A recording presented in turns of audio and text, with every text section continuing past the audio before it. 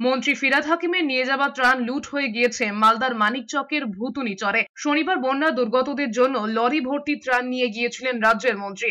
অভিযোগ, ত্রাণ বিলির আগেই সেগুলো লুট করেছেন কয়েকজন। বৃষ্টির মধ্যে কেউ কেউ লরিতে উঠে ত্রাণের জিনিস ছিনিয়ে নিয়ে যায়। জানা গিয়েছে, শনিবার মালদার মানিকচক ব্লকে বন্যা দুর্গত এলাকা পরিদর্শনে গিয়েছিলেন মন্ত্রী ফিরহাদ হাকিম। সেখান থেকে ফোনে মুখ্যমন্ত্রী মমতা বন্দ্যোপাধ্যায়ের সঙ্গে বন্যা পরিস্থিতি নিয়ে কথাও হয়। সেখান থেকেই কেন্দ্রকে আক্রমণ করেছেন ফিরহাদ হাকিম। ভাঙনে ক্ষতিগ্রস্ত হওয়া মানুষদের জন্য ত্রাণ নিয়ে গিয়েছিলেন, কিন্তু তিনি যাওয়ার পরেই লুট হয়ে যায় ত্রাণ।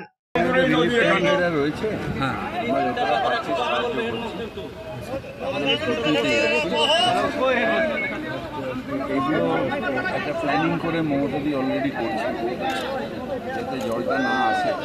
জলটা উপর থেকে নেপাল, ভুটান আর সিকিম থেকে জলটা হয়ে